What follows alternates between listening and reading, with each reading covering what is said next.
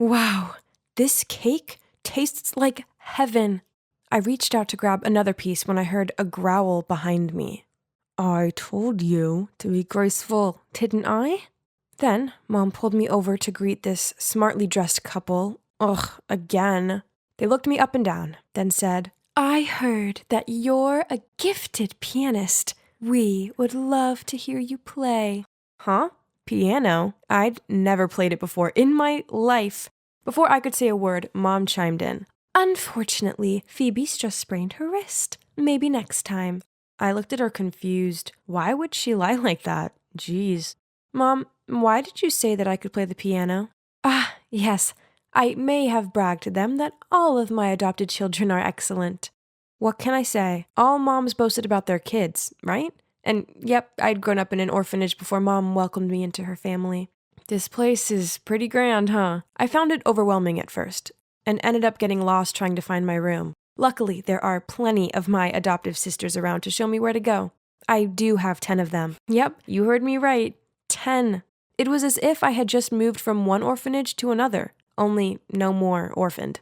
And we're all similar ages, which is unusual, as foster parents often prefer younger kids. They said us teenagers are rather stubborn. Not to mention how my adoptive dad is never around. Seriously, I couldn't even tell you what he looks like.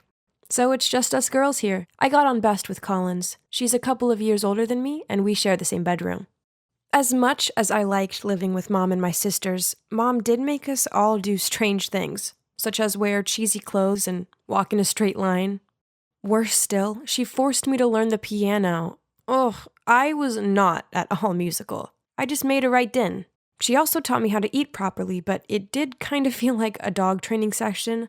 I was only allowed to eat when she showed a signal, and by the time I could catch up with how to use the silverwares, the meal was already finished. Ugh. But I suppose that's how every mom teaches her daughter, right? And apparently, Mom didn't have the patience to coach me anymore. So she handed me over to Collins, her star daughter. We spent an hour every day talking together, or rather, she gave me pointers on how to talk correctly.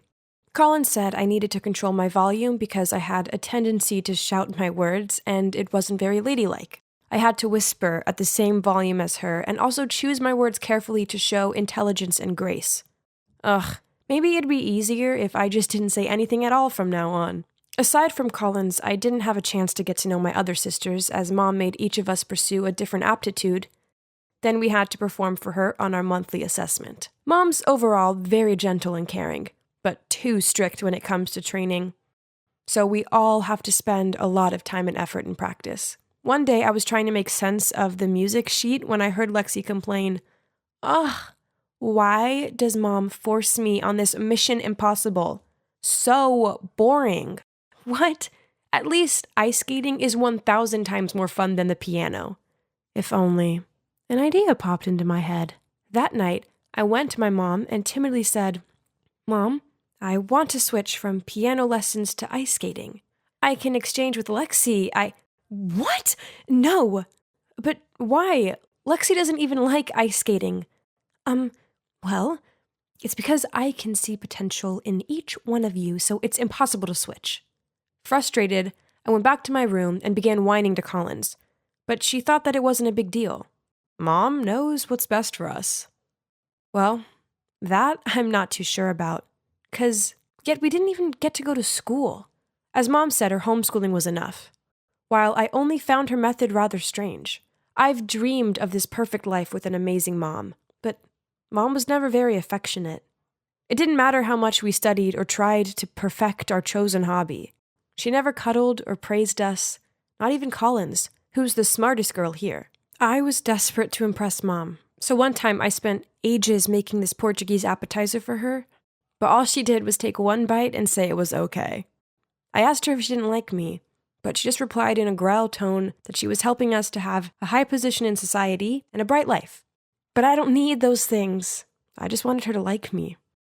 This place is so stuffy, and the only time that I can actually breathe is when I'm on my Friday morning bread buying errand. Ugh. Then suddenly someone patted me on my shoulder, which startled me so much I dropped my stuff. Hey, it's really you. But is something wrong with you? Why the strange walk? The only thing I'm good at is buying bread, but now you've ruined it. See? Jet stooped down to pick it up for me. He was still as rude as ever, but I still found myself jealous of this free spirit off him. We used to be a perfect match at our orphanage, and quite embarrassing to admit, but I was very naughty back then, and often shoplifted with him. You could go steal some more. Remember our tricks? I have to tell you 3 things. Firstly, I've been adopted. Secondly, my adoptive family is wealthy. And finally, I'm being educated to be a noble lady, so no more stealing. That's ridiculous. I also have 3 things for you. I've been adopted too. My parents love me so much. Oh, and they're cops. We looked at each other and burst out laughing. So we were both caught, weren't we? Jet and I sat down on a nearby bench to catch up, and when I poured my heart out about my new family, he interrupted me. Sounds strange to me. Why would they only adopt teenage girls? And what are those training lessons and monthly evaluations for? Then, Jet insisted that he would investigate my adoptive family. That's silly. But anyway, it's fun to reunite with a friend, and we agreed to hang out every Friday after that. And here comes my first assessment. Of course, I couldn't even play a simple melody, so I had to study for 3 more hours every day. My sisters suffered even more. Kinsley was forced to abstain from food because she weighed 2 kilograms more than the standard. In contrast, Willow had to eat continuously at night in order to gain 5 kilograms. If it's to this extent, then it must have not been simply for the sake of the casual boasting of a mom, right? On the next Bread Friday, I told Jet about last week's assessment. He firmly stated that there was a problem with my family. I don't think so, Jet. Mom just wants the best for us. Listen, Phoebe, I think she trained you guys on purpose. Each of you has to be good at a certain subject, just like the shopping orders. Orders? Don't go too far. You know Kobe beef? Cows are made to listen to music, given beer to drink, and massaged, but in the end, you know what the outcome is. Oh no. Is that what this is? Mom always said that she would give us the best life, as long as we worked hard. Were we being tested and stamped like those cows? One day, I came home to Collins excitedly packing her suitcase. Mom said she's taking me to a new school tomorrow. So Collins was leaving? But where? I'll miss you, sis. Text me when you get there? But days passed without a word from her. I asked Mom, and she said that Collins' hard work paid off, and she'd been accepted into a prestigious school, but they had a strict no phones rule. Huh, that sounded sus. So I told Jet, and he insisted I report the case. Another Friday, Jet and I met at a church near the bakery. Why did he choose this boring place? I was looking around when I saw a group of schoolgirls coming out of the church. They all wore the same dull uniform, had their hair neatly tied back in a bun, and all obediently lined up. Then there I saw her. Collins? I was about to rush over to greet her, but the glare of the woman accompanying her scared me off. This was not right. I'd got to ask Collins what was going on. So I grabbed Jet's arm and went after the group. But they got into a black car and sped away. Maybe they chose this church as a place for their transactions. Smart, huh? They put everyone in school uniforms so no one would suspect them. But seeing those faces, I'm sure they're about to be sent to the black market soon. Black market? The thought alone made me shudder. I had to save Collins. I couldn't let Mom get away with this. That night, I tiptoed downstairs to eavesdrop. Okay, I'll deliver her this weekend. Correct. She's 5'7". She can ice skate, cooking and painting. Of course, I have her trained as required. You won't be disappointed. So the deal goes as planned, okay? See you on Sunday. That's it. The next delivery was Lexi. I checked her room and saw her packing her stuff, a beam of innocent happiness on her face. I quickly texted Jet, and he immediately replied, "Just wait at home calmly. Don't act without thinking. I'll figure something out." That night, I couldn't sleep a wink. I was so terrified something terrible would happen to Lexi. So early the next morning, as soon as I saw Mom and Lexi getting in the car to leave, I snuck into the trunk, lay there without making any sound, and sent Jet the location. The car took a long time to stop. Had we finally arrived at the transaction location? When it seemed safe, I carefully climbed out and saw Mom talking to a fastidious-looking middle-aged woman. What did Mom say that made Lexi so panicked that she kept clutching Mom's hand? The woman handed Mom a rather thick envelope, then grabbed Lexi's hand and dragged her away. God, where was Jet? I couldn't just sit still like this and watch my sister being taken away. Let Lexi go! Now! Phoebe, What are you doing? Stop it. You're going to sell us, aren't you? I already know the truth. What on earth are you talking about, Phoebe? Furious, Mom pulled me away. Stop. Suddenly, 2 cops rushed in, ordering everyone to put their hands up. Behind them was Jet, still panting. Turns out they were Jet's adoptive parents. Help me! Mom's trying to sell me and my sister. Seeing that, the other woman quickly explained, No, there must be a misunderstanding here. I'm just helping Gianna's daughter to enroll at my school. Bewildered, my eyes darted from Mom to the other woman and then to Jet. In the principal's office, I told everyone why I thought my mom was a human trafficker. They all gasped in surprise. I made you practice that hard just because I want you to get in here, the most prestigious all-girls school, so that you can have a better life. I don't want to go to this school anymore, Mom. She told me all about the harsh rules. This place is terrifying. You can't force your kids to do that. You adopted them, so you have to make them feel safe and loved. Miss Gianna, this is a prestigious school, and it doesn't need your scandal. You led me to believe that your daughters were naturally gifted, which now transpires is all lies. I won't accept any child from your family from now on. No, they're my children. They deserve the best.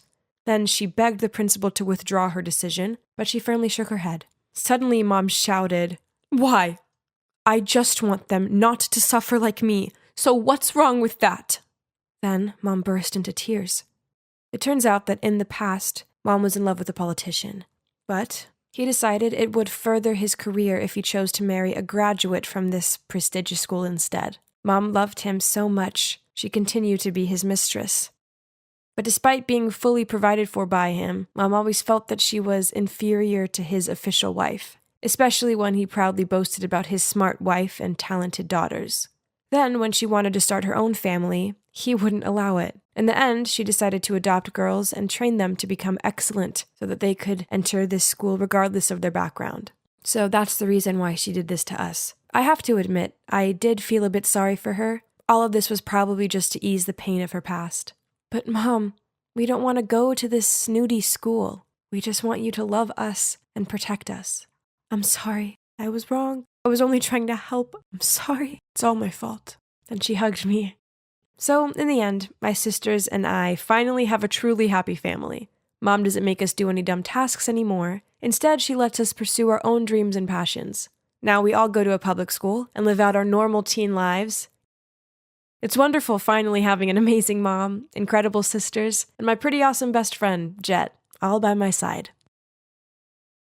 I was walking through the forest when a scream startled me. A man running in horror from a pack of wolves. I quickly howled at them, then crouched down. Distracted, the wolves stopped, left the guy, and cautiously sniffed their way over to me. Hey girl, run away! Shush! After deciding I was no threat, they wagged their tails and started licking my face. Aren't you scared? Not at all. People often misunderstand wolves. This isn't Little Red Riding Hood. They're not actually grandma eaters. Come and make new friends, buddy. Hi, my name's Winona, an 18-year-old Native American living on the Blackfeet Reservation with my mom. And I'm about to tell you the craziest story of my life. After the wolves left, I helped the guy find a place to clean his wound and told him more about the wolves. So you're a Blackfoot born and bred? It's my first time meeting a Native American. How about you? What brings you here, city boy? I'm actually a pianist wandering here for inspiration. Have you found it yet? Or did you almost lose yourself just then? Inspiration's hard to find, especially when you're a theater pianist. What? A theater pianist. I work at Winter Garden. In New York? Wow, it's my dream to be a Broadway musical actress. Actually, my theater's looking for a stage crew. You could start from there and I'll find ways to introduce you to the right people. I couldn't let such a once-in-a-lifetime opportunity slide. But the thing is, my mom absolutely resents theater arts and forbids me to even mention it. So, I gotta devise a plan. I brought Luke home for lunch. Mom was so welcoming and even prepared a great banquet. So, Luke, right? What brings you to Montana? I'm doing a research paper for school. I'm in college. Oh, so you're around the same age as Winona. She's recently finished high school. I know. And if it wasn't for Winona, I'd be dead by now. So I was thinking, if it's okay with you, I'd like to invite her to college with me. That's nice of you. But what are you studying? Hotel management. Mom, I thought I could give it a try too. But honey, you said you wanted to take a gap year. I just didn't want to try college alone. But now I've met Luke, it'll be different. Mrs. Ryder, I promise I'll take good care of her. Mom smiled, then nodded. Yes! Mission accomplished! Oh man, look at how crazy the streets of New York are. Thankfully, Luke arranged a small place just a few blocks away from the theater for me. And the following day, he landed me a staff member job to get me used to the theater scene first. It's not easy, especially working for a grumpy director with a zillion demands. Hey, you! Yes, you cleaning lady! Out of the way! But just being here this close to the stage is incredible, right? One day, on set for Mr. Killorn's new play, he started yelling and throwing papers everywhere. Curious, I picked up the script and saw a line written in Blackfoot. Ketzikakumen? I love you? Mr. Killorn suddenly noticed me. Oops, I must have said it too loud. How did you learn to speak Blackfoot? My mom taught me. Oh, I live in the Blackfeet Reservation.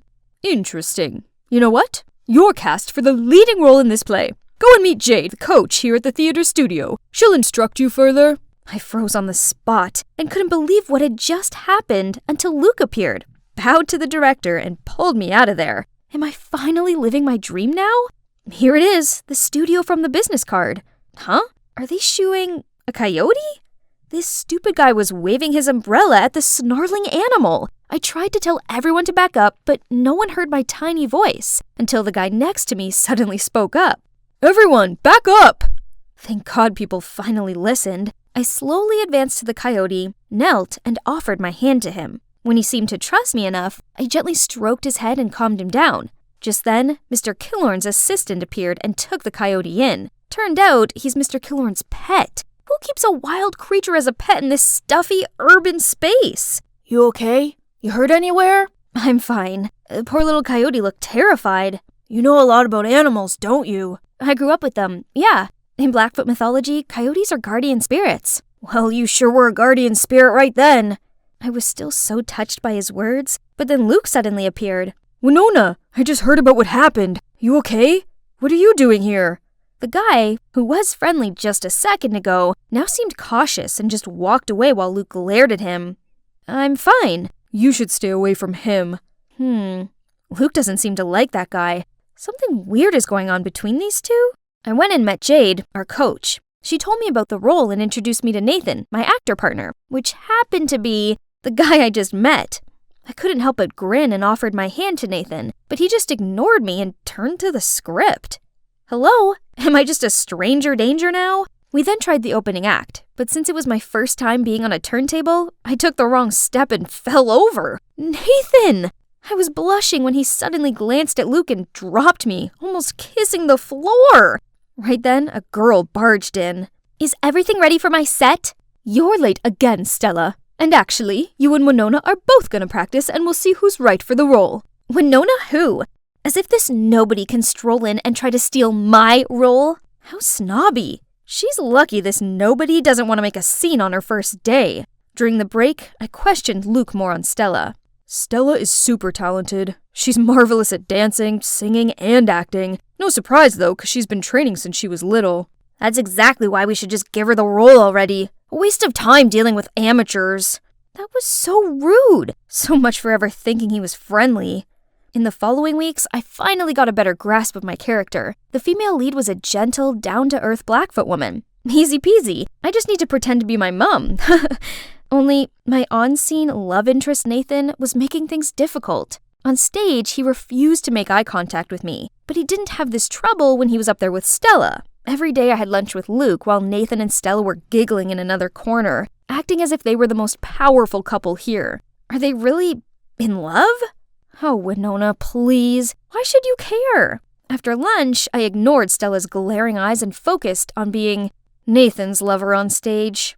What kind of singing is that? Give me a break already. That's enough, Stella. Actually, I just informed Mr. Killorn over lunch that Winona's getting the role. Ha! Very funny.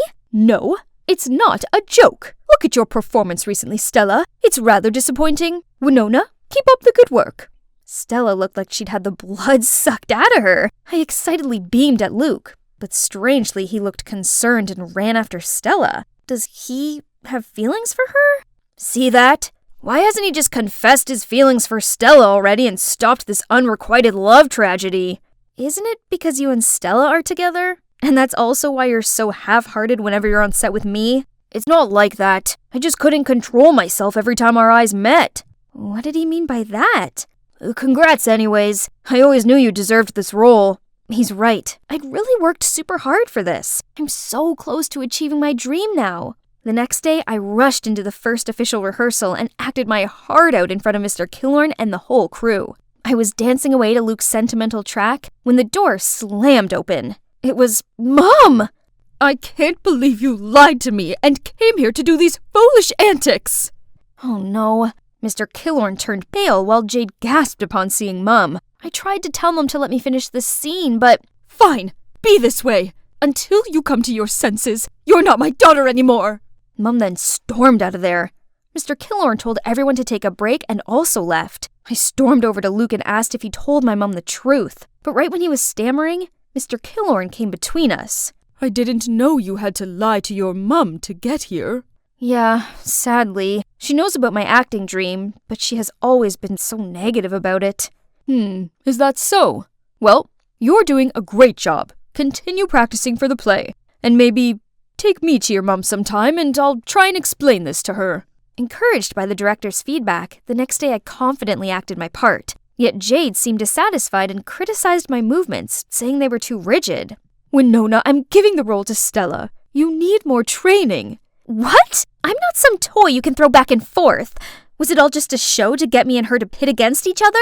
What was that about? Why the change? You're not qualified. Go back to your mother. What has this to do with my mother? I didn't know what was going on, but I was sure of one thing. I needed to prove myself, so I stayed at the studio practicing, swinging and swaying my soul away under the studio light until I accidentally sprained my ankle. Right then, Nathan came out and helped me up. Why are you still here?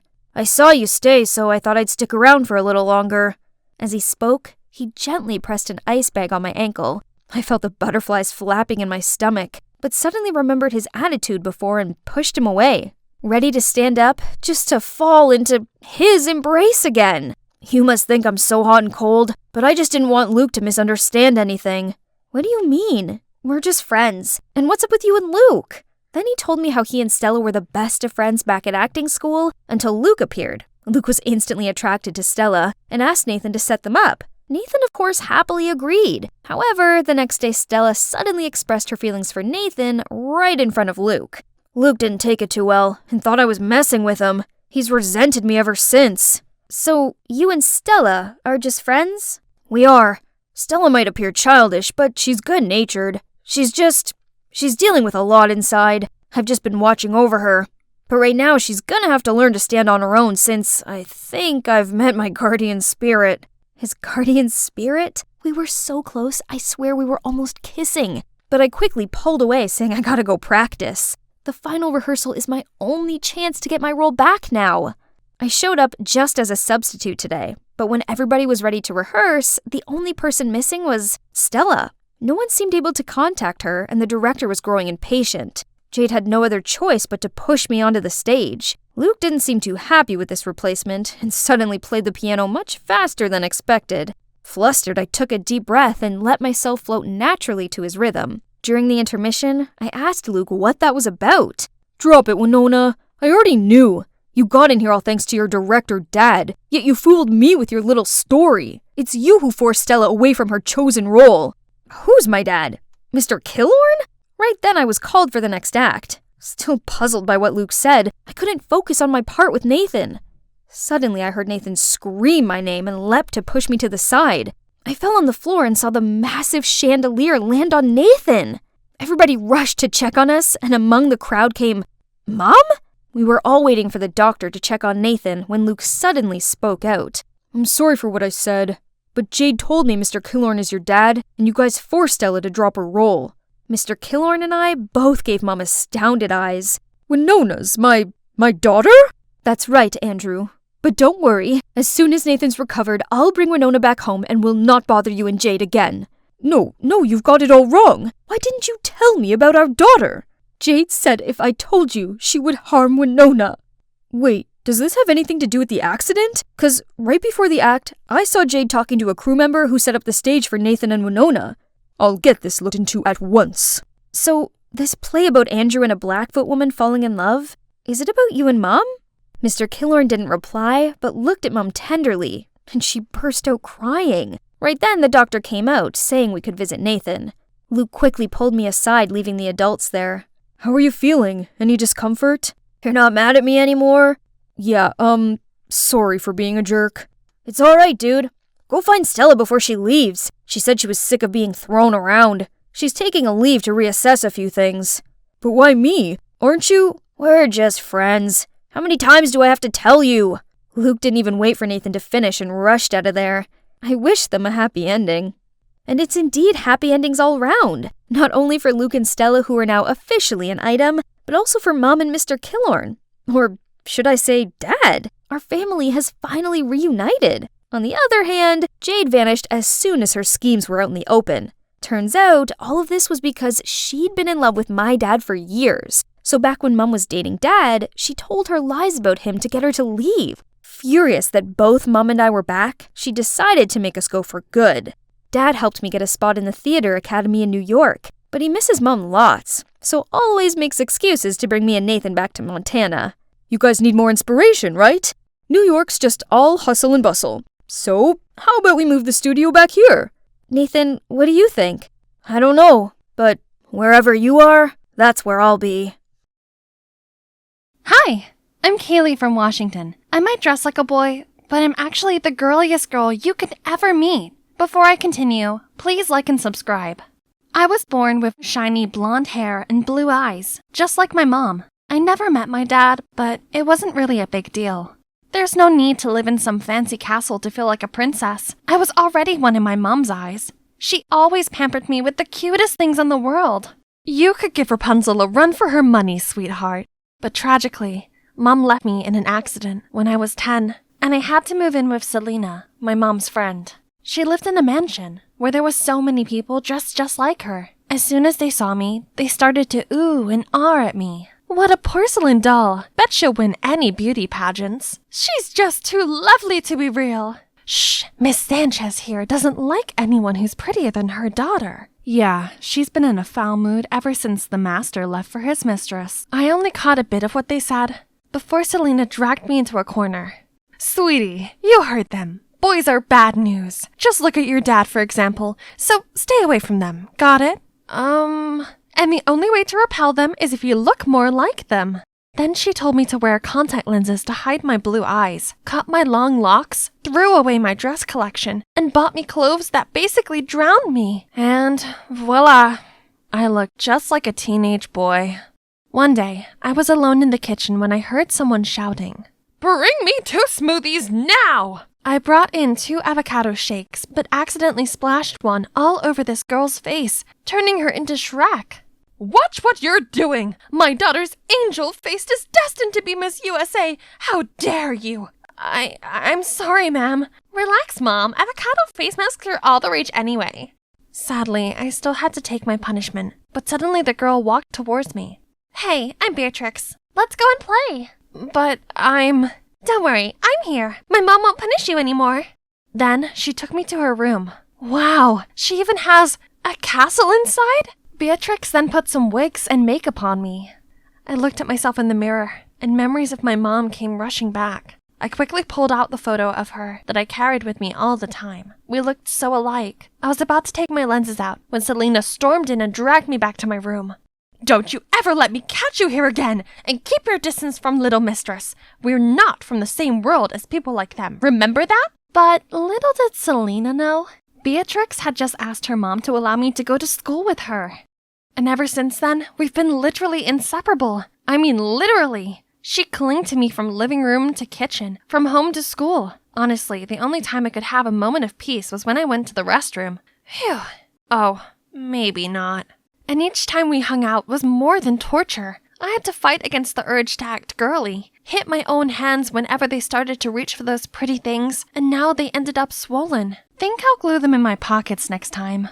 Then, one day, I arrived at school to the most terrible news ever. Kaylee, one of our female rugby players, got injured, so I put you on the team. What on earth? I don't even know what rugby is! Here's Austin, your rugby coach. If you need anything, he's your guy. You know him? He might be handsome, but something about him screams bad news. People call him Awful Austin. You better watch out. And she wasn't exaggerating at all. On the very first day, he already pushed me to my absolute limits in training, that I almost passed out. In the agility ladder exercises, I got my feet tangled up in the line and fell to the ground. But instead of a hand, all I got was his soulless look. Then one time, I missed the ball, causing it to hit another player. Hey, is this a joke to you? Do it properly. Keeping all Celine's words in mind, I zipped my mouth up and ignored him, who was definitely a boy. Oi, what's the attitude? You're bringing the whole team down. See? Cat got your tongue? Faking dumb doesn't work here. From tomorrow, extra training, no excuses. Beatrix was right. He was a devil. I was dragging my aching body home after training when I noticed a cute cat and stopped to pet it. The cat ran away, so I followed it and ended up at the back gate of the school, which was totally off limits. I've never been here before. Whoa, look at this beautiful mural. It's so mesmerizing. What you doing here? Awful Austin? Anyway, did you paint this? It's amazing. Of course not. Stop prying. He was such a terrible liar. But to be honest, I didn't expect some jock like him to be interested in art, let alone actually be good at it. What are you two doing here? Don't move! Oh no, the guard has spotted us. Austin immediately grabbed my hands and started running. We hid in a small alley, and he pressed me against the wall with his strong arms. My heart was racing like crazy, and I could feel his too. We were so close that our faces were only inches apart, and the warmth of his breath made me blush even more, so I accidentally let out a squeal. Thankfully, before things could get any more awkward, the guard was gone. Don't even think of breathing a single word about this. Weirdly, this time his words didn't hurt at all. Maybe because I knew beneath his tough jock exterior, he had his own secret, just like me. I like your painting, so no need to hide it. Austin stopped for a bit, then kept walking, but I'm sure I caught a smile. After that day, he started to behave quite differently, more gently. He no longer went berserk at me, but helped me get through the training instead so I could catch up with the other players. I just had my first successful kick. Yay! I turned around to cheer with Austin, but out of nowhere, the ball came hurtling right at me, and he instantly caught it with one hand, while the other held me by the waist. Okay, that was awkward. This week, there'd be a senior prom at school, and Beatrix insisted we go. Of course, I gave her a no, but she was literally a leech, so I had no other choice. Wear this, Kay. It's a matching set. It'll be so lame if I wear this alone, please. Fine, but only 'cause you've given me no choice. Yay! Love ya! Eek! Wow, it smelled so good. What if I put it on? But wait, what about Selena? Forget it. It's not like she'll be at the prom. YOLO! I stepped into the ballroom with this gorgeous outfit on, my blue eyes, and the necklace my mom gave me. Everyone jaw-dropped as soon as they saw me, and that's when I noticed Austin coming towards me. Hey, you look different tonight. I mean in a good way. Wanna dance? Sorry, girls' time. Kaylee, look at the tasty food corner. Told you we had to come here. Oh, Beatrix, my friend here is starving. Can you show him where to grab a bite? Wow, sure, handsome. We have cupcakes, biscuits, and even brownies. Isn't this called choosing boys over friends? Good for her, anyway. Then Austin gently led me in the waltz. He looked exactly like a prince from a fairy tale. As we fell in step, letting the rhythm control our movements, I felt my whole body tingle. The sparks were definitely flying. But suddenly, the music changed into trance. We looked into each other's eyes for a second, then, hand in hand, ran across the crowd until we got outside. I could never imagine a tomboy could become like this. Actually, I'm not a tomboy. What do you mean? That's when I decided to tell him everything about how I was obsessed with girly things, but had to suppress it all my life. It felt so good to let it all out after burying it the whole time. And Austin was such a good listener. Wow, Kaylee, I'm so sorry. Actually, I've also had to hide my passion for arts to help my father's business too. So what you said to me the other day really opened up something in me. So things were not easy for him either, huh? Suddenly, he pulled out a sketchbook and started drawing me. I wish this moment would last forever. His face then went all serious, but not in a cold way as usual, but instead beaming with passion. Our eyes met, and I thought my heart was going to jump out of my chest. And yes, I hoped this moment would last forever too. Then suddenly, he leaned closer to fix my hair. I was ready for a kiss. Then, Kaylee! Selena? How did she find out about this? Man, you know what's coming next. I can't believe you'd be this reckless. You're not my mom, and not every boy is like my dad. You were wrong. Mind your manners. Get changed now. Right then, Mrs. Sanchez came to interrupt us. Hang on, are her eyes blue? And what's this? Don't mind her. I bought this half price at the swap meet, ma'am. Then she signaled for me to flee the scene. If Mom were here, she'd understand the way I feel. Blinking back tears, I suddenly felt a warm hand on my shoulder. Are you alright? I saw you leave with Austin. Did he cut your hair? It looks shorter. I'm okay, Beatrix. Oh wow, I have a similar necklace that my dad gave to me. This was from my dad too, except that I don't actually know who he is. Maybe your dad is my dad?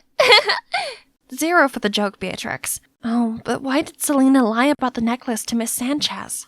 So I went to find Selena right after, and she told me the most shocking thing ever. Beatrix's dad, the former master here, was actually my dad. He seduced Mom, who used to be a maid here too. When Mrs. Sanchez found out, both of them were kicked out of the house. Then knowing Mom was having me, he dumped her right away. Selena was afraid Mrs. Sanchez could see Mom in me, and so she had to force me to disguise myself. Wow, this was seriously messed up. Keep your identity a secret by all means or we're doomed. Understand? I was in complete shock, but I knew I had to be more careful from then on. For the whole week after, Mrs. Sanchez seemed to be in a good mood. One day, she even asked me to go shopping with her. But a wedding dress studio? Is there a wedding coming, ma'am? Yes, and it's yours, you filth! You have to pay for your mom's karma for stealing my husband! So, she knew everything? I tried to bolt away, but immediately got caught. Then she took me to this luxurious house, and guess who I met? Kaylee, what are you doing here? Austin? What? What do you want? I was still bewildered when a man pushed a boy in a wheelchair into the living room. Hi, Mr. Fisher. About our arrangement. This is the bride here. She and Ivan here will make the perfect couple. Hope you like this gift as my thanks for your favor. My blessings for the marriage and your family. Dad, what is she talking about? Ivan will get married to this girl. I've already settled everything so that Ivan can have a bright future without worrying about anything. Excuse me? I've had to put aside my art dream to enroll in business school, as you wished, and now you want to control my brother's life too? I object to this marriage, because I love her! Then he pulled me away, leaving Mr. Fisher frozen in shock. Kaylee, I'm so sorry you had to meet my dad in such an awful way. I promise to never let anyone treat you like this again. No worries. I have to thank you instead. Your words really woke up the courage in me. Austin offered to help me talk things out, but it's time for me to fight for my own good. I came back home to see Mrs. Sanchez flying into a rage. How dare you bring your face back into this house? You cruel woman! I will not marry someone else just to pay off your debt! Right at that moment, Selena walked in, and she literally turned into a bull. How dare you do that to my child? I had to stop her from lunging towards Mrs. Sanchez. So how about what you all have done to me? Do you know what I've been through all these years? Her mom stole my husband, and you just expect me to put it aside? Then she collapsed and burst into tears. Suddenly, I felt bad for her. I'm sorry for everything that happened to you, but it doesn't mean you have to punish yourself with it, or grant yourself the right to dictate others like that. She owes you nothing, and you have no right to control others' lives. Right after that, Selena and I packed our stuff and left the house. Walking through that door, we felt more free than ever before. After all that drama, it took us some time to get our lives back on track. From all the money Selena had saved working as a maid, she was able to open her own bakery and take back control of our lives. And so do I. Finally, I'm back to my princess style. But after all those craziest things happened, something never changed. Oh my god, we're half sisters! Yay! that she felt so guilty about what happened, but asked me to keep it a secret. Oops. And about that guy, you ask? He worked things out with his dad, and guess what? He's in art school now. Okay, now tilt your head to the right. Yeah, like that. Gosh, that dress makes you look like a fairy princess. Who dare to make a princess stay still like a statue for more than 1 hour? Huh? The charming artist? Shh, it's almost done. I beg your pardon. Hey, I'm Esther of the rising TikTok channel at Aesthetic, where I share my passion for fashion. Look at my newest design. Cool, huh? Who would have thought newspaper was a great material for making dresses? I was trying one on and posing for photos when I heard a knock on my door. That's my mom and dad. Esther, we have some good news. We're moving. What? I'm being transferred to another branch in San Francisco. Can you believe we'll be living in that sunny city? No, we can't move. I'm a senior already. All my friends are here. Mom! Just get over it and start packing. This is our one chance at a better life. Why can't they understand that I'm not simply shy, but actually have major social anxiety? It's a real thing that I can't just get over. That's also why my 2 million TikTok followers still haven't seen my face yet. I could barely handle the stress from across the screen, never mind being alone in a brand new school full of strangers. Oh gosh, this place must be twice as big as my old school. It's gonna take forever to find the bathroom. Man, it feels like 1,000 eyes are on me. Or maybe not, but I can't risk looking around. What if someone makes eye contact? My palms are sweaty, my heartbeat is so loud I can hardly hear anything else. But then, some hot couple walked in and literally ate up the entire hallway's attention. Good, surely no one would notice me now. It was so exhausting running from one class to the next. Now, where do I sit? I walked over to a table, but no one batted an eye. I wasn't sure if I should sit down or not, when suddenly, a pretty girl appeared. Sky blue. Sorry? Anyway, you're new, right? I'm JoJo, class president. Come sit with us. I followed her to another table. Hi guys, got space for 2 more? Yeah, sure, the more the merrier. Oh no, that girl doesn't sound too happy about having me here. But it would be too awkward to just get up and leave. Hi, I'm Esther. Hey, didn't know they serve fresh tomatoes here. Finish your lunch, Amanda. We have homework to do. Phew. Yeah, think about your homework, guys. Don't mind me. I got to know the school layout a bit better, so the next day wasn't as hard. Until I saw some girl waving at me. She looked like JoJo, but her eyes weren't blue. Must be her twin sister or a doppelganger waving at someone behind me. You really just got ghosted in real life? And you call yourself class president? I flinched. So that actually was the class president from yesterday? How strange. Then, my absolute worst nightmare came true in biology class. We had to work in pairs. Okay, which group would like a new member? Anyone? Please? Help a girl out. I see you're in a desperate need of a partner, Zeke. Why don't you raise your hand so Esther can see where you are? I saw an arm at the back of the class, so I walked towards it. Hi, newbie. Esther, right? My name is... Baby blue, emerald green? Hey, do my eyes look funny to you, new girl? Jeez, I didn't mean to upset him, so I ended up explaining that I'd had issues with eye contact since I was little. So my mom made me pay attention to strangers' eye colors to make it seem like I looked them in the eye. She even asked me what color their eyes were afterwards to make sure I did what she asked. Well, even though I did, that trick never actually helped me get over my social anxiety. In fact, I usually only notice other people's eye color, not their names or how the rest of their faces look. You're weird, but I believe you. I don't like interacting with other humans either. They tend to pick on me because of my eyes.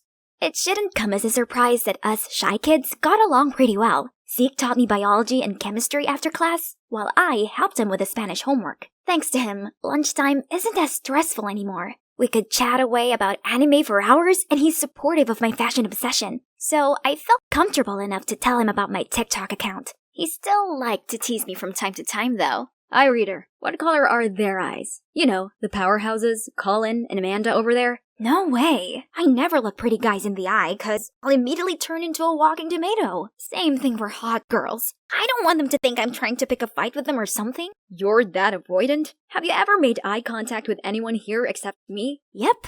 Jojo, the blue-eyed girl. Blue? You know her eyes are brown, right? She likes wearing contacts. Jojo changes her eye color, hair, and accessories every week. She's quite a chameleon. Too bad she seems so smitten with that boring guy Colin Gray. Wow, someone clearly has a crush on Jojo.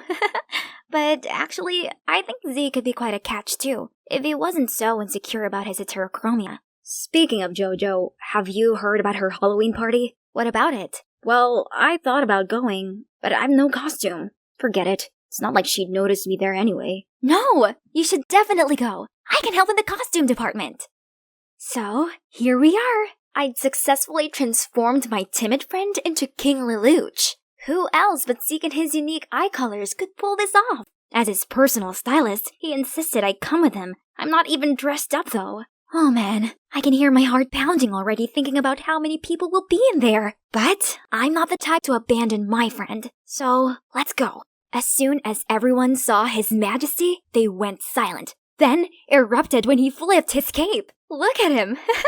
His ego must be through the roof right now. I then swiftly stepped back to a corner. So, this is what a house party is like. Suddenly, I overheard two girls talking. Aesthetic is definitely from our school, or Zeke had some connections. Yeah, I swear this is the exact same outfit Aesthetic has been prepping on her channel. Oh, come on. There could be hundreds of Lelouch costumes during this spooky season. Girls, please stop speculating.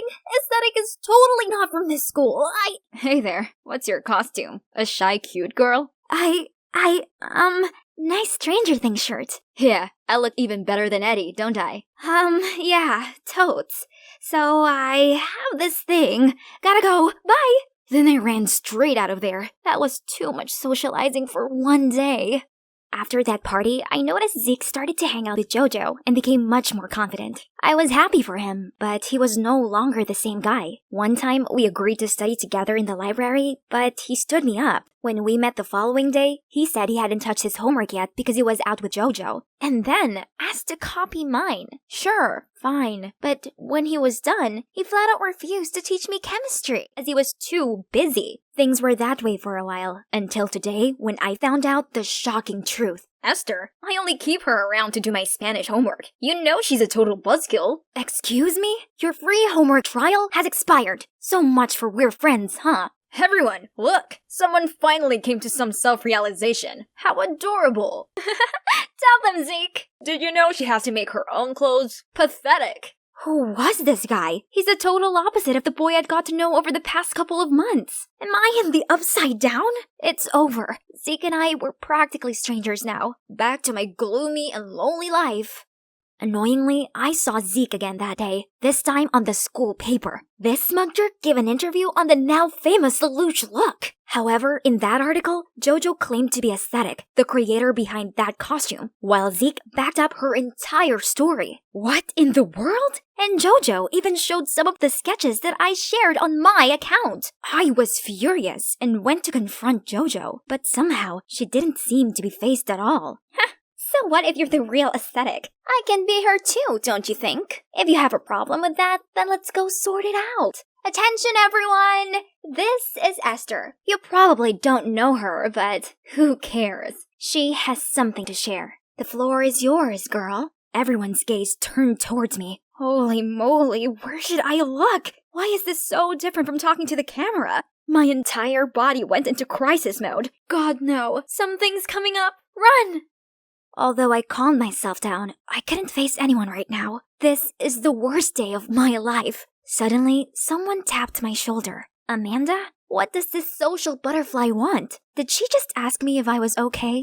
Okay? No, I'm not okay. Why is it that girls like you and Jojo, who already have everything, always want to take away everything? Hey, I'm just trying to be nice here. If it wasn't for my silly little friend... What? What are you talking about? Never mind. Sorry, but you don't seem okay. Come with me. I think I know how to make you feel better. Come on. Skipping one class won't kill you, but bad mental health will. I wiped away my tears and went with Amanda, even though I barely knew her. But she had a point. The last thing I need right now is a stuffy classroom. Here it is. Go inside. There'll be someone who can help you. That's weird, but alright. I stepped inside, and it was like being hugged with the smells of wood and paper. It felt healing for sure. I was browsing through the store, then saw Colin walk over. Startled, I stuck my face into an empty slot on a bookshelf to avoid him, but this place is filled with dust. Surprisingly, Colin only smiled and gently wiped the dust off my face. If you're looking for your girlfriend, Amanda just left. She's not my girlfriend. And actually, I asked her to bring you here. What? Why? Just calm down. I got you something. How do you know my favorite genre? Because I've seen you read to calm yourself down before. Turns out, Colin had been observing me from a distance for some time, so he even remembered what I usually read. He was hesitant to talk to me though, afraid that all the unwanted attention he might attract would make me feel uncomfortable. But now, everyone knows I like you. Sorry about that. Don't be. It's my fault and my anxieties. I can help you with that. Esther, would you go to prom with me? How will that help? It will. Trust me. Oh, his eyes are gray? I realized I've been talking to him all this time just fine without using the old trick. What if this guy really could help me? On prom night, Colin drove me there. While he was parking his car, I waited in front of the venue. Out of nowhere, Zeke approached me. Listen, there's not much time. You gotta listen to me. Jojo plans to give you an award, but it's only to get you to stand on the X mark on the stage where the trap door is. She wants to humiliate you in front of the entire school because you're with the guy she likes. So be careful. What game are you trying to play here? Why are you telling me this? I want to make things right. Jojo took advantage of my feelings for her, and I was too blind to see that she only liked Colin, and she's been using me to hurt you. This is my chance to make it up to you, so please, don't go up there. It's a trap. Stop it already. I won't let you make a fool of me again. Right on time, Colin came to the rescue. Haven't you done enough? Stay away from her. I'm truly sorry, Esther. Inside, we were greeted by Amanda. Congrats, bro. I'm finally free from the Colin's rumor girlfriend label. Jojo must be green with envy seeing how cute you two are together. Right. She's here, as well as hundreds of other people. Nope, I can't do this. I quickly crawled under a table and curled up into a ball. Still, Colin remained patient. You are absolutely stunning tonight. Honestly, your dress is amazing. Come out. Let the whole world see you. The world will only laugh in my face. Okay, then let me join you. It's actually quite cozy down here. What are you doing? Well, tonight is a special night, and my date's a special girl. So I figured we could totally enjoy it in an unusual way. I feel like my insides just turned into a hot liquidy mess. Who would have thought that I could meet someone who goes out of their way to make me happy? We chatted for a while, then noticed that the lights outside were dimmed for the slow dance. Let's go. Hand in hand, Colin and I swayed to the melody, feeling like we were the only people in the room. Then, the music suddenly stopped. They were about to present tonight's awards for remarkable students. And now, Best Dressed of the Night award goes to Esther Crawford! No way! What Zeke said immediately came to my mind. I turned around to see Zeke looking concerned and shaking his head. Maybe he'd been telling the truth after all. You don't have to go up there if you don't feel like it. Colin was as understanding as always. But then I saw Jojo's smug face. I couldn't let her win again, so I mustered all my courage and stepped onto the stage, but steered clear of the X mark Zeke mentioned. Thank you, everybody, but I believe another person deserves this award much more than me. She's none other than our hard-working class president, Jojo. That's so sweet of you, but it's yours. Please, step up to receive it. You mean here? No, one step forward. Here? Jojo became impatient and rushed towards me. No, you have to stand here! Right back at you, Jojo. Have a taste of your own medicine. Now that's some headline material for the school paper. So, today is the day. My long overdue face reveal. This is such a beautiful dress, right guys? If you're wondering who this strange girl is, hi, I'm Esther, and I'm the person behind @aesthetic. This dress right here, it's what I wore to senior prom. Settle in, I'm doing a face reveal and storytime video today. The bell had already rung, but here I was, still stuck in chemistry class. Mr. Evans won't stop droning on about the big test coming up. Abigail, you do know what a bond is, right? That's easy. My dad goes on about them all the time. U.S. Treasuries, Japan bonds. They are financial bonds. We're talking about chemical bonds, for Christ's sake. Close enough. Don't you think I deserve a grade increase? Enough! Go and meet your homeroom now. This is unacceptable. Jeez, his bad mood must have been contagious for adults, as Miss Garcia was also in a foul mood. So, Abigail, I will organize a meeting with your dad. My dad? No, he'll go mad and take away my credit card. This seriously cannot go on anymore. Your grades are in a downward spiral. I promise I'll actually study this time. Please, let me prove it by acing my next test. Your next test. Let's see. That appears to be your chemistry final in 2 weeks' time. That's perfect. I need time to process all the knowledge I've been learning anyway. And, phew, crisis averted. Now, where's Norma? I need some retail therapy with my bestie. So I have 2 weeks to work this out. I mean, you can probably cram in quite a bit within that time. No, Norma, I have to figure out what I need to buy before my dad locks the card. Right then, a nearby waiter suddenly tripped and spilled orange juice onto Norma and her newly brought Chanel bag. Oh no! But to my surprise, she just smiled and dismissed the waiter. What was that, Norma? What's got into you? Love, I guess? It's still early days, but I'm in love, Abby. Isn't the world so dreamy and beautiful? You are kinda happy? Hold up, Mrs. Garcia is single. If I found someone special, then she'd be too distracted to call in my dad for the meeting. Yeah, I guess. Or, you could actually study. Don't be ridiculous. Mr. Evans is single too. 2 birds, 1 stone. So the next morning, I joined Mr. Evans' chemistry club to spy on him. Wanna hear a joke? What do you think 0 says to 8? Nice belt! Hey girl, can I be the photon to your electron and take you to an excited state? Please, somebody save me already. Yo, Callum, you're late to the party. We're having a blast over here. Are you coming home with me or Mrs. Garcia today? Miss Garcia? Hi, Hank. My mom's staying late at school today, so... This Callum guy is Miss Garcia's son? I sure came to the right place. Mr. Evans then gave some boring lecture about states of matter. After drawing a whole maze of weird symbols and stuff on the board, he asked if anyone had any questions. Here comes my chance. Oh, good. Curiosity is the gateway to knowledge. Go ahead, Abigail. I was wondering if you like tea or coffee? Oh, and also, are you more of a dog or cat person? Can you please pay attention to the lesson? Callum, as a top student, I think you can help her. Of course he will, Mr. Evans. Poor guy, he's totally oblivious that he's been chosen for my master plan. Who made him Miss Garcia's son in the first place? So, Callum, right? Your mom's actually my homeroom teacher. Yeah, I got that figured out long ago.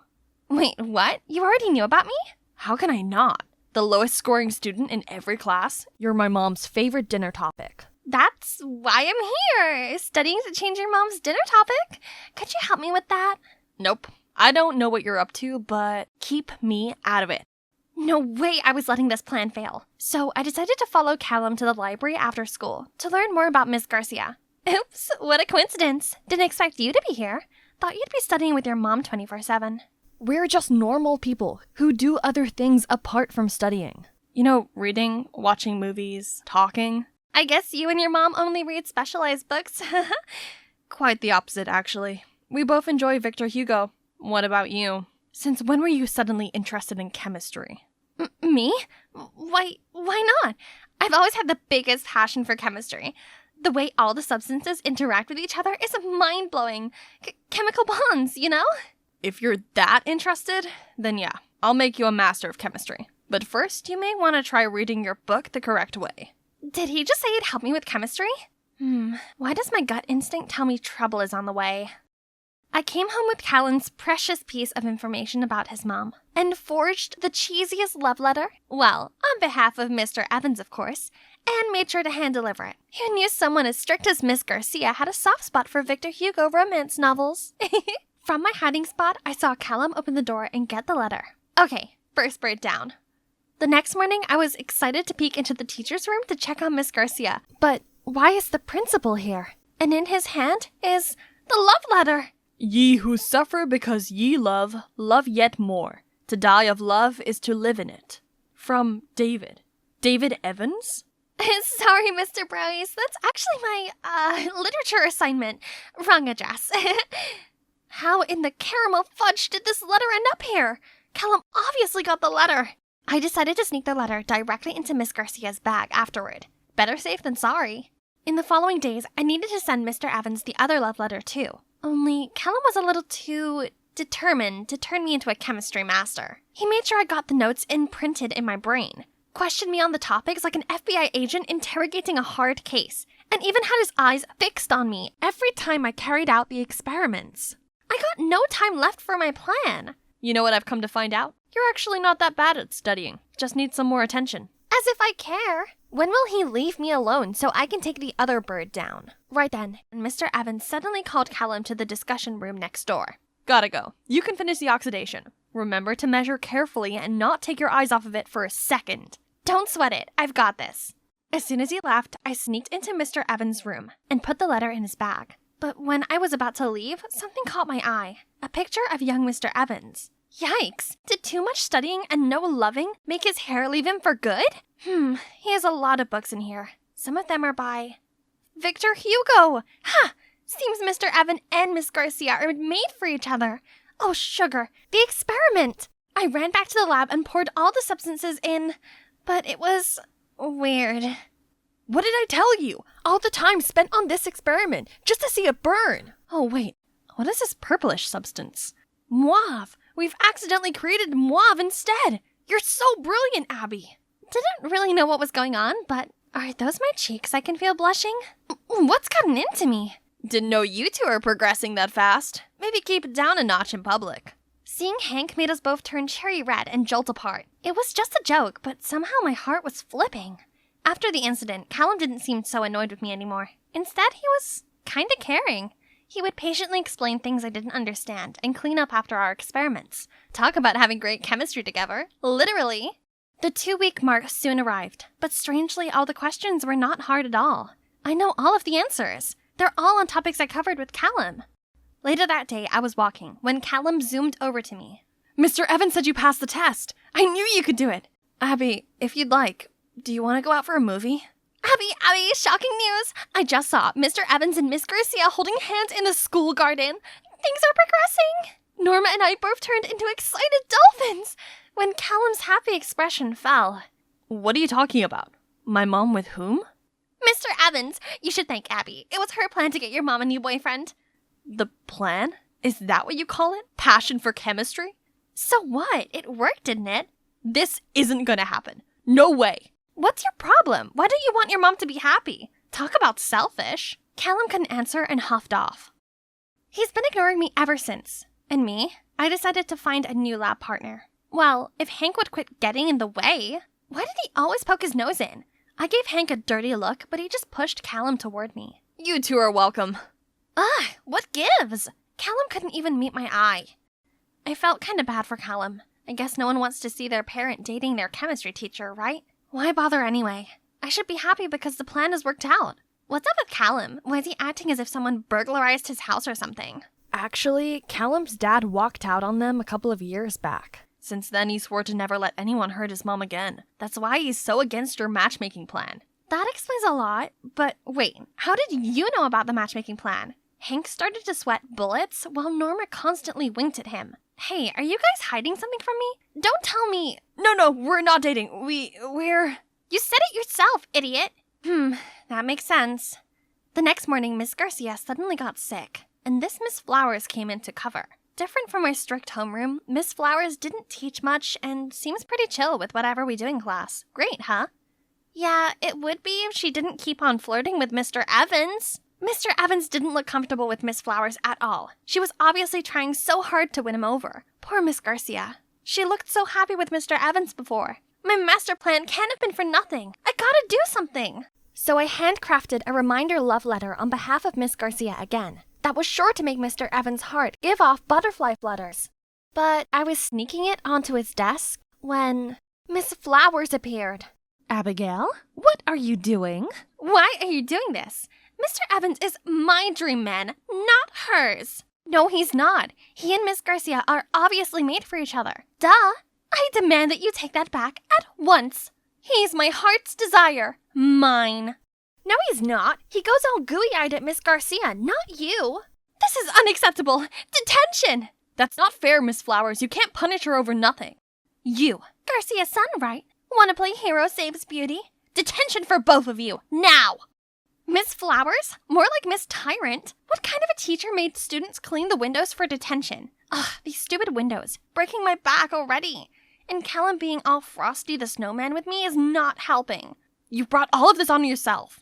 What? If you hadn't have given the love letter to the principal in the first place, Mr. Evans and your mom would be official already. My mom and I are fine by ourselves. Who's being stubborn now? Hank already told me everything. I understand you're upset, but have you ever thought about what your mom wants? She sure looked happy with Mr. Evans. Callum didn't say anything, but I could tell from his glazed eyes that he was thinking hard about this. When Callum and I finally got out of detention, Hank and Norma rushed in. We just heard that Miss Garcia has food poisoning. She's fine now, but Miss Flowers will probably cover for another week. Why do I feel like Miss Flowers has something to do with this? She visited my mom yesterday and gave her a casserole. That's it. Miss Flowers must have poisoned Miss Garcia so she could replace her. But this is getting crazy. What can we do? How about we publicize all the love letters online so the whole school knows about Miss Garcia and Mr. Evans? I mean, if that's okay with you? Callum didn't say anything and just nodded. We immediately rushed to the IT room, but the computer's locked. Let me handle it. I know the password. With Callum's help, we posted on the school forum. And guess what? Everyone's smitten with Miss Garcia and Mr. Evans' love story. Cute, huh? We then left to visit Miss Garcia, but Miss Flowers appeared in front of us. What do you all think you're doing? Making a fuss on the school forum? I bravely stepped up to face her. You've seen it. Mr. Evans and Miss Garcia belong together. You should just give up on him already. Is that so? You know what? Mr. Evans actually wanted me to meet him for a private talk tonight. And as for your homeroom teacher, guess what? That position will be mine full time. I'm afraid you've got it all mixed up, Miss Flowers.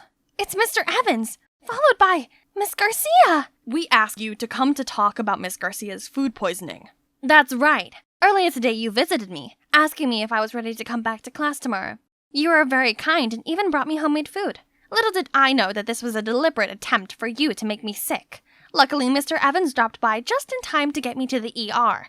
And now you're talking about taking my place? No way! But the students clearly love me more anyway. They hate you because you always make them study. Just then, everyone started booing her. Miss Garcia is strict, but at least she's serious with teaching and always makes sure we study. You don't teach us anything. That's right! And we all know about Miss Garcia and Mr. Evans already. You're just being a third wheel. No! This can't be true! David, tell these kids that our love is as bright as the sun, and that we're soulmates. I know you love me. Tell them! David, tell them you love me! Tell them! Unfortunately, my heart has always belonged to Miss Garcia. I was nervous about sharing my feelings with her, but fate brought us together, and now I couldn't be happier. Miss Flowers' whole expression wilted. Ha! She burst into hysterical tears and ran off. Mom, are you okay? I'm sorry I wasn't there. I'm fine, Callum. Please don't worry.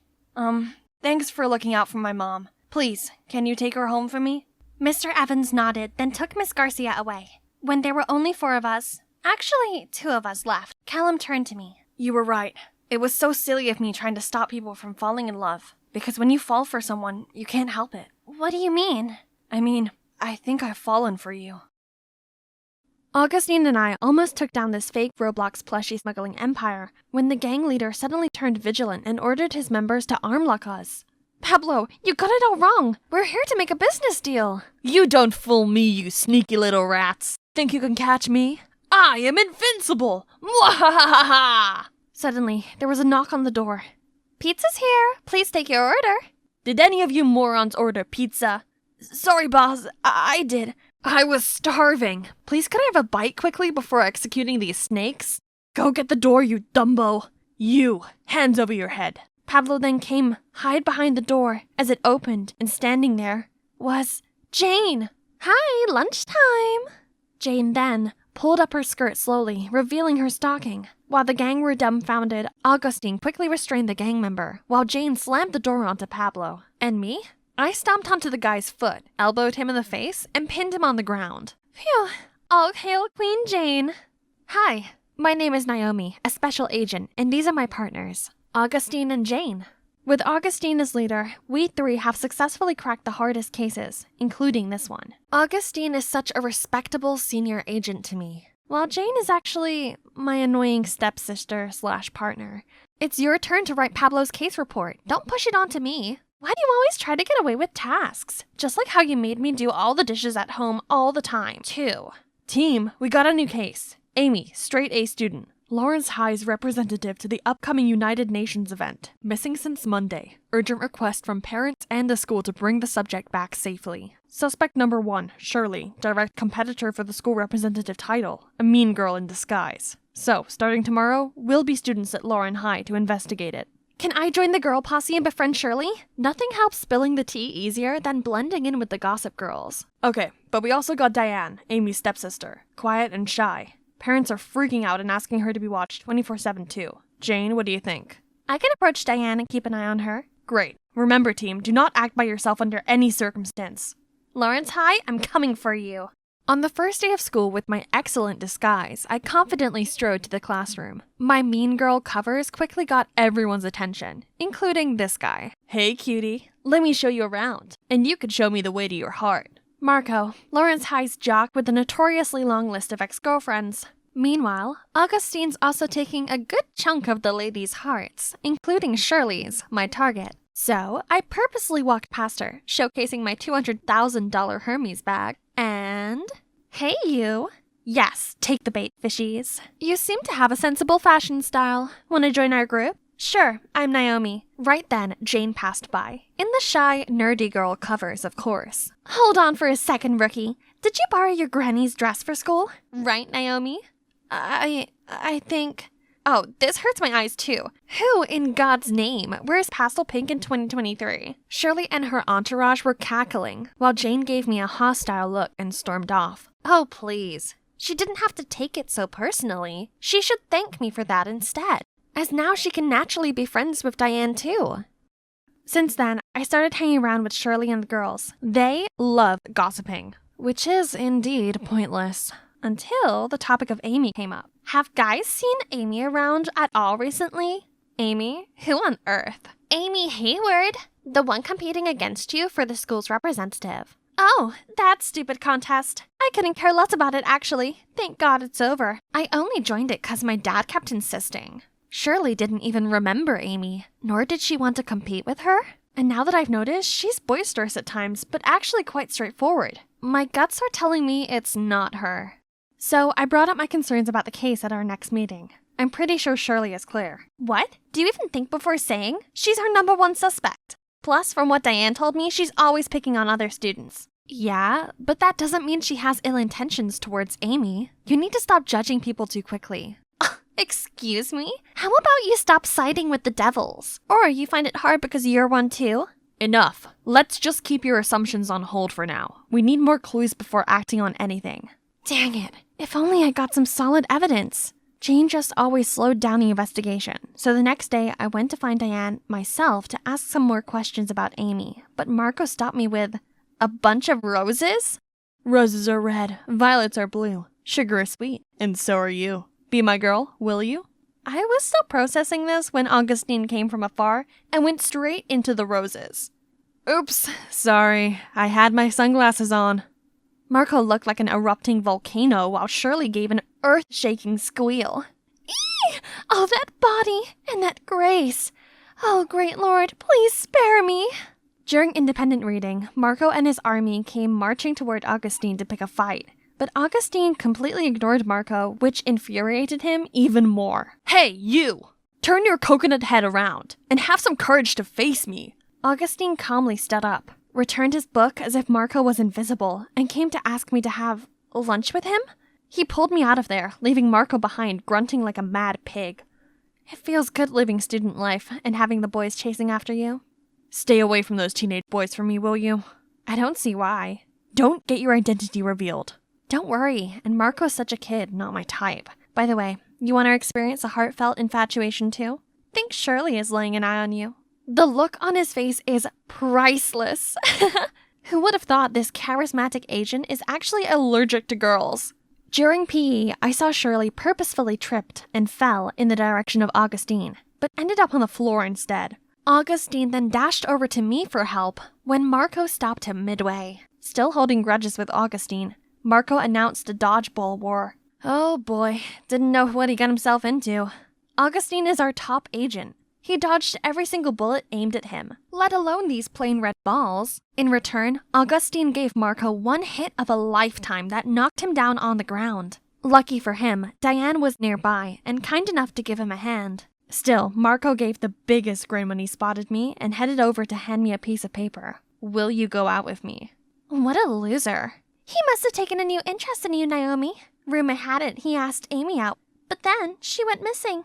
Probably that poor girl couldn't handle him. Marco met up with Amy before she went missing? Uh-oh, he's our #1 suspect now, not Shirley. I eagerly updated Augustine and Marco. I have a feeling Marco knows something about the case that might lead us to Amy. I was thinking I could pretend to go on a date with him. That's too dangerous. What if he's behind it all? You might get into trouble, Naomi. No worries, he seems really into me. He asked Amy out and she went missing right after. Who knows what could happen to you? But he's the only lead we have now. Shirley is already out of the picture and I know how to protect myself if anything happens. Please? And yes! The time has come for me to end this case. During the date, Marco was so caring, but I was dying to know what happened to Amy that day. So, I heard you and Amy were a thing before? Nah, we never got together. How can you be so perfect? Are you an angel? I heard otherwise. Rumors had it you even went out with her. Let's just focus on us, why don't you? But I want to know more about you too. Fine. If you want to know it that bad, I did ask her out, but I never saw her that day. Her sister showed up instead. Sat there at a reserved table and said something about Amy wouldn't be around for a while. I thought they wanted to mess with me, so I just left. Diane knew Amy would disappear even before she went missing? Did Diane have anything to do with this? She might have been the very piece we'd overlooked from the beginning. I got to the office and saw Augustine fidgeting around. Are you okay? Did Marco do anything to you? I'm fine, and I got the biggest news. I then told Augustine and Jane everything and posed my doubts for Diane. Why Diane? She's just a vulnerable victim who gets picked on all the time. And you know by who? Shirley. She might appear vulnerable, but who knows what she's got inside. And you remember how she came to help Marco up that time? Now that I think about it, she was so worried for him. She obviously likes Marco. It's possible she might get jealous of her sister. Oh, stop. Not everyone is a jello like you. What? Team, this is getting nowhere. For now, let's just agree on keeping Diane close. Again, no one is to act by themselves. A jello? Just watch me nail this case before you do, Jane. The next morning, I saw Diane secretly watching Marco play basketball. I swear to God, Diane is definitely into him and involved in her sister's missing. But Augustine wouldn't let me do anything. That'd leave me with the only option, which is to keep Diane's activities on watch. Indeed, she's been acting very strange lately. She received regular phone calls and would get out of class, just to return with a troubled face. I decided to tail her that afternoon. She looked very suspicious and kept turning around to check if anyone was following her. She's definitely hiding something.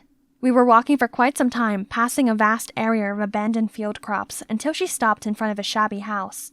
This is clearly not a building for residency. The whole place looked so torn apart, and even had traps everywhere. Thank God I had all that training back in the academy to spot these deadly traps.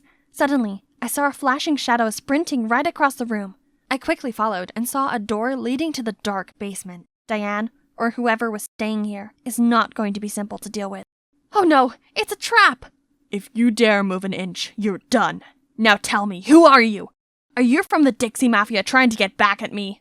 Mafia? No, you got it wrong. I came to check on the electricity for this building. Please calm down. She's lying again, Mr. Gordon. I knew she was up to no good. Speak now if you want to stay intact. Oh, no. I should have listened to Augustine and not let my stupid adrenaline take over. Is this the end of my mission? The end of my life? Suddenly, there was a loud banging sound.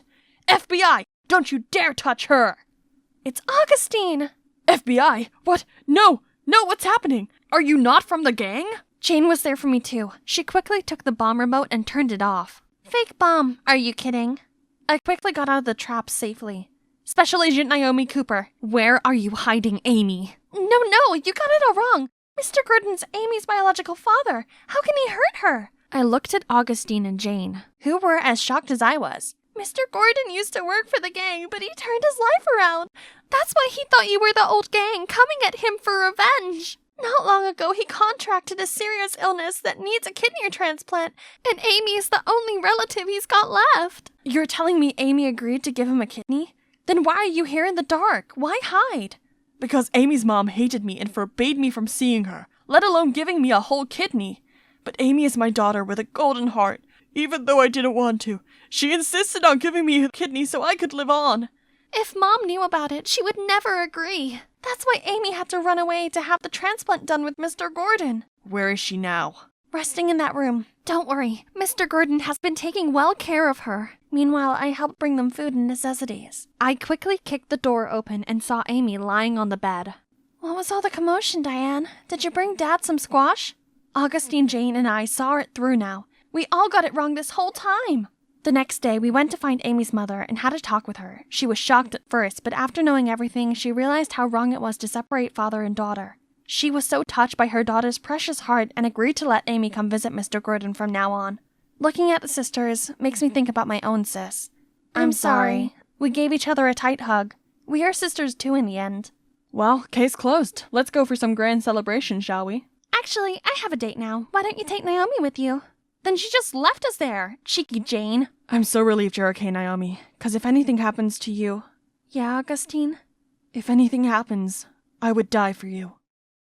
Hi everyone, I'm Lydia, and I'm going to tell you my amazing but totally bizarre story. But before I do, please like and subscribe. I have a big sister, Gwen, who's 2 years older than me, and she's basically a genius. From as young as I remember, I idolized her. What is 25 squared? 625, Dad. Honey, what's this? It's The Starry Night, an oil-on-canvas painting painted in June 1889 by the Dutch post-impressionist painter Vincent van Gogh. While I'm, a bit different. And Lydia, I have 10 candies. I'll give you 2. So how many do I have left? Isn't this doll cute, Daddy? Yeah, I'm no genius, with no particular talent, no flawless beauty, and almost no friends either. But Gwen didn't mind and was always supportive of me. It's fabulous! Fabulous! It's fabulous! That's why I adored her a lot and tried to copy everything she did. It's fabulous! What's so fabulous about my cat dying? Oops, wrong timing. Then, when I was 16, Gwen left for college. Out of sight, but definitely not out of mind. My parents went on about her all the time, which only made me miss her more. I dreamed of going off to college and having a perfect life, as she did. But for that to happen, I needed to shake up my plain Jane life. I wonder what my hidden talent is. Could it be dancing? No, definitely not. Okay, maybe singing would be better. Right now I'm in a state of mind I wanna be in like all the time. Ain't got no tears left to cry. That's enough. Next. Gosh, why can Gwen make it seem so easy? But at least my grades didn't fail me. I studied my butt off and finally got into law school just like Gwen did, then moved out. Yahoo! So here comes my first day of college. Send me spiritual strength, Gwenny. I successfully joined the cheerleading team and boys started noticing me. But I only had eyes for Ethan. My super handsome boyfriend. Finally, I achieved the life I'd always wanted. Thanks, sis, my real-life role model. Then one day, I arrived home to see a familiar figure waiting for me. Gwen! I was so happy, thinking she'd finally freed up time to visit me, but she looked so upset and had gained weight. A bit. College life seems to have fattened you up. Lydia, I'm pregnant. What the chocolate fudge? One eternity later, I finally managed to close my goldfish mouth, then invited her inside. I dropped out of college 6 months ago, then found out I was expecting a baby right after. My due date's in just 2 weeks, and I have nowhere to go. Please, Lydia, let me stay here. Our parents must not find out. I can't face their disappointment. How about my disappointment? She was meant to be perfect, but she's just ruined everything. What about the father? He has to study in France, so you're the only one I can rely on right now. As mad as I was, I still felt sorry for her. She is my sister, after all. So I let her stay, but refused to talk to her. During the whole week, she hardly slept a wink. She plodded around the place, constantly trying to rub her back and tensing through the pain. I hated seeing her in so much discomfort, so yes, I caved. Together, we prepared for the arrival of our new family member, and I have to admit it, I was kinda excited. Let's find an adorable, meaningful name. Okay, let me do some research. Love Rosie is my favorite movie, so let's name her Rosie. Wow, that's fast. Baby Rosie was born healthy and happy. We three had such a good time until one day, I arrived home from college to find a note and an envelope inside Rosie's crib. My darling Lydia, I'll be away for a while longer. 2 months, I suppose. I have to make some changes so that I can provide for Rosie. Please take care of her for me and do not tell anyone about this. I will be forever grateful for this. G. OMG! How could she do this to me? I still have college, my friends, Ethan, and now a niece? But when I turned to see Rosie smiling at me with those big, round, sparkling eyes, suddenly my heart melted. I can do this. Rosie, looks like it's just the two of us now. Mommy will be back soon, so please make things easy, won't you? She absolutely did not. Sometimes I wondered if Rosie was real or an AI program because every night at 3 a.m. sharp, she would cry her lungs out. And if her milk was a little colder than 98.6, she'd spit it all out. Not to mention, I have to come up with 1,000 ridiculous ways to keep her entertained. And my house was always filled with a smell of stinky diapers. But other than that, Rosie was very sweet. I can't bring myself to get angry at her. I had no other option but to take online lessons instead of going to class. One time, I forgot to turn off the mic, and suddenly, Rosie farted so loudly that the entire class immediately flocked around to look. Another time, I was so exhausted from staying up all night that I felt my eyelids drooping. Then, Lydia! Yes, dear, milk is coming! I don't think milk works for you, but an F will. Oh no. Despite my constant apologizing, I still ended up with poor results. This semester, I'd already failed 2 classes and been kicked out of the cheerleading team. You think that is the worst part? Think again. On a super lucky day, I was at Walmart, overwhelmed with dozens of diaper brands when I saw none other than Ethan. There's nowhere to hide, Lydia. You're doomed. Oh, hi, Ethan. Didn't expect to see you here. Sorry, recently I'm a bit busy. Do I know you? Huh? I'm Lydia, your girlfriend? What? It's really you? You ghosted me for the past few weeks. Jeez. Did you even take a shower? And what's that thing? Want to trap me with a baby? No, she's not my child. And it's true that I forgot to wash my hands after changing Rosie's diaper this morning, but anyway, please, I just need to look after her for a few more weeks and everything will be back to normal. That's enough. Look at you. You're just like a cave girl. By the way, use this. And you know what? We're over. No words can explain how pathetic I am right now. It's all because of your mom. She's such a... Now my life's a living misery, all because of you two. Shh. I'm sorry, Rosie, I didn't mean it. None of this is your fault. 2 months is almost up. When your mom's back, things will be okay again. But 2 months passed, and Gwen was still nowhere to be found. Worse still, the money she left ran out. I had no choice but to find work, so I took a personal tutor job where students came to my place to study. Not a single soul applied, until one day I opened the door to see this guy. Hello, can I help you? I saw this flyer and want to attend the class. Oh, really? Sure. Come on in. Turns out, he's Augustin. He wanted to get onto the same law course as me, but last year he didn't make the grade. I tried my best to keep an eye on both Rosie and Augustin in separate rooms, but once in a while, Rosie let out a squeak. You hear that? That's my cat. Solve this equation. I need to go to the toilet. But you went 10 minutes ago. I have a small bladder. It runs in my family. Any problems? If you fall in love with someone, just confess like this. My love for you is like diarrhea. I can't hold it in. Mwahaha! Disgusting. I pity anyone who falls in love with him. I hurried back in to see him on his phone. So much for working hard. Huh. Hey, if you really want to get into college, at least put some effort into it. Like how you did your Snow White makeup. Oh no, it's baby powder. It's flour. I'm making bread. Didn't know you can make bread in the toilet. It's okay, teen mom. No need to hide your baby anymore. No judgment here. Seeing as the game was up, I told Augustin the truth. Surprisingly, he seemed understanding and even asked if he could see Rosie. Whoa! Who knew Mr. Jokester could be so good with babies? I've never seen Rosie so full of joy and laughter like that. Gradually, I no longer saw him as my student, but more like a friend. It's not like he came to my place to study anyway.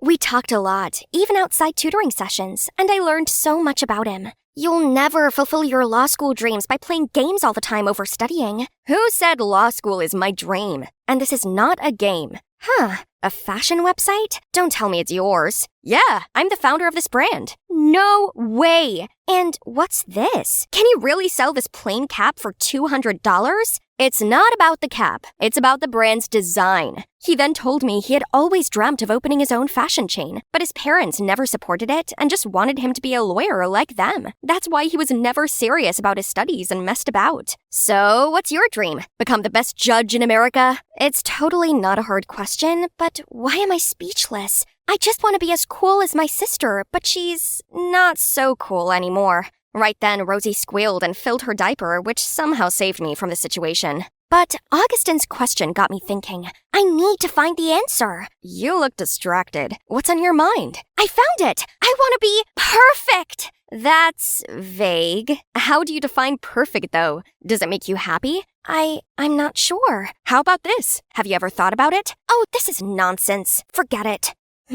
I've forgotten to take care of myself for so long. My boyfriend dumped me, and now my friends also ignored me. I became a loser, all because of a baby. Right then, my lecturer emailed me. A last-minute spot had come up on the debate team for the most important competition of the year. This is my big chance. But how was I supposed to care for Rosie and prepare for it? After a whole night of tossing and turning, the doorbell woke me. Was it Gwen? Oh, it's just some strange guy. Hi, you must be Lydia, Gwen's sister. I'm Kyle, Gwen's boyfriend, and her baby daddy. What on earth? Look at him! I didn't know Gwen had such weird taste in men. Aren't you studying in France or something? What? Yeah, but without my baby, France, Germany, or even the North Pole are all meaningless. Can I see her now? And after that was the reunion of the century. Thanks for taking good care of Rosie, but now I'll do it. That's my duty as her father anyway. Kyle might look intimidating, but he seemed to love Rosie sincerely. So even though it broke my heart, I gave Rosie to her dad. Besides, there's a huge opportunity waiting for me. I put all of my focus into studying, and it was all going amazingly. I ate the competition and left no crumbs, then even got invited back onto the cheerleading team. My dream life was back. But why did I feel like I had this big hole inside of me? Congratulations, best debater of the state! Thanks. Sup? You took back everything you wanted. Why the long face? I don't know. I just feel empty. So, what can we do to make you feel happy right now? So, here we are, at Rosie's place. What's that loud crying and scolding sound? I impatiently pressed the bell, and Kyle took forever to answer. OMG, is that cigarette smoke? And look at the house! It's a huge mess! What are you doing to Rosie? That's it. Give her back to me. You have no right to take her away from me. The only one who can raise Rosie with me is her mother. So tell Gwen to come back to me. What? You didn't talk to Gwen about this? Last warning. Tell Gwen to come here and ask to be my girlfriend again. Then I'll consider giving her the baby back. Excuse me, it's father-daughter time now. I fell on my knees like all my strength was drawn away. It's all my fault. I handed Rosie to him. Calm down, Lydia. Let's try contacting your sister first. I called Gwen a million times, but no surprise, she didn't pick up. So I shot her a message about the current situation and asked her to show up ASAP.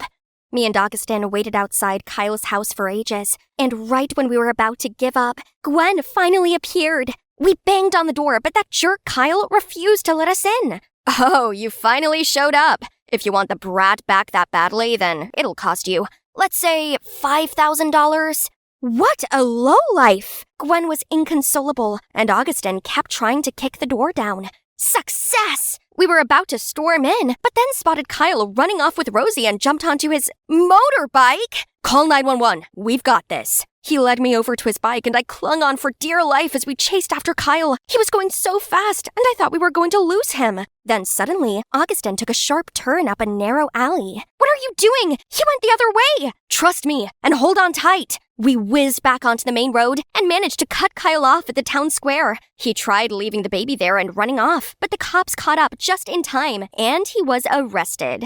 I'm so sorry. I shouldn't have left like that. I put you all in such terrible danger. All I wanted was to make things right. Gwen, it's okay. We're all okay. After that, we all went back to her dorm. Turns out she's now a journalism freshman. And I cannot believe my eyes. How could she live in a place like this? Why are you... My life wasn't full of roses at all. The perfect image that I built up was all fake, and it completely wore me out. But this is real. It's what truly makes me happy, so please understand. I didn't know that, but I'm glad you found your dream. You'll always be my coolest sister. And with a holding hand, Gwen found the strength to tell our parents everything. They weren't angry at all, and even felt sorry for her carrying all that burden alone. Turns out it was Gwen who put all the pressure on herself. Mom and Dad even suggested that Gwen move back with them, so they could help her take care of Rosie. Finally, everything was sorted out, except I realized law was not my passion after all. Now, which path should I take? Suddenly, Augustine came to me with a wrinkled piece of paper. How about you start with this? Gosh, you still keep it? Let's say I'll give it a try. Hi, it's me again, and today is the grand opening of my baby clothes store. All the clothes here are my own designs. Adorable, right? And my marketing and branding expert, aka my soulmate, is this guy. Oh, of course, my family was also here. Mom. Wow, Rosie had just spoken her first word. Let's take a picture to capture this memorable moment. 3, 2, 1. Oh no, sweetie.